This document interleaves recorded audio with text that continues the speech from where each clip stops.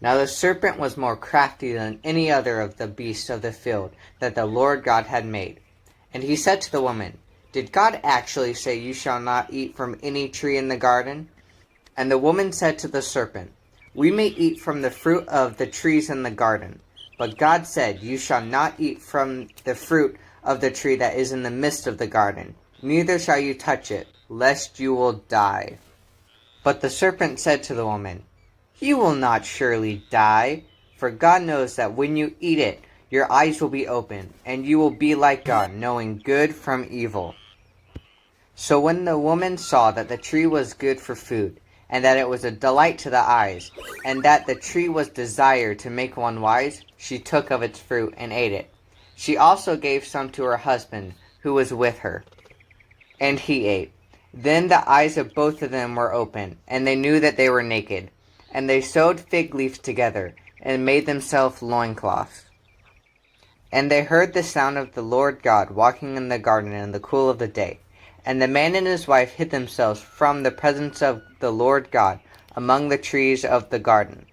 But the Lord God called out to man, and said to him, "Where are you?" And he said, "I heard the sound of you in the garden, and I was afraid, because I was naked, and hid myself." He said, "Who told you that you were naked? Have you eaten from the tree which I commanded you not to eat?" And then the man said, "The woman who you gave to be with me, she gave me the fruit of the tree, and I ate." And the Lord God said to the woman, "What is this that you have done?" The woman said, "The serpent deceived me, and I ate." And the Lord said to the serpent, "Because you have done this, cursed are you above all livestock, and above all the beasts of the field. On your belly you shall go, and the dust you shall eat all the days of your life. I will put enmity between you and the woman, between your offspring and her offspring. He shall bruise your head, you shall bruise his heel." To the woman he said, "I will surely multiply your pain in childbearing. In pain you shall bring forth children. Your desire shall be for your husband, and he shall rule over you." And to Adam he said, "Because you have listened to the voice of your life, and to Adam he said, "Because you have listened to the voice of your wife, and have eaten the tree which I commanded you, you shall not eat.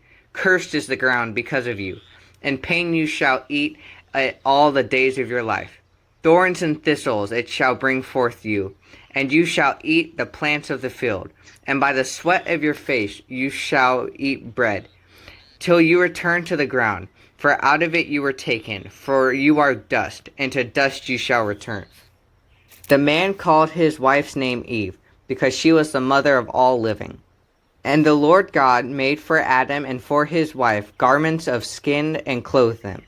And the Lord God said, "Behold, man has become like one of us, knowing good from evil. Now lest he reach out in his hand and take also the tree of life and eat it and live forever." Therefore the Lord God sent him out of the Garden of Eden to work the ground which he had taken. He drove out the man, and east of the Garden of Eden he placed a cherubim and a flaming sword that turned every way to guard the way of the tree of life.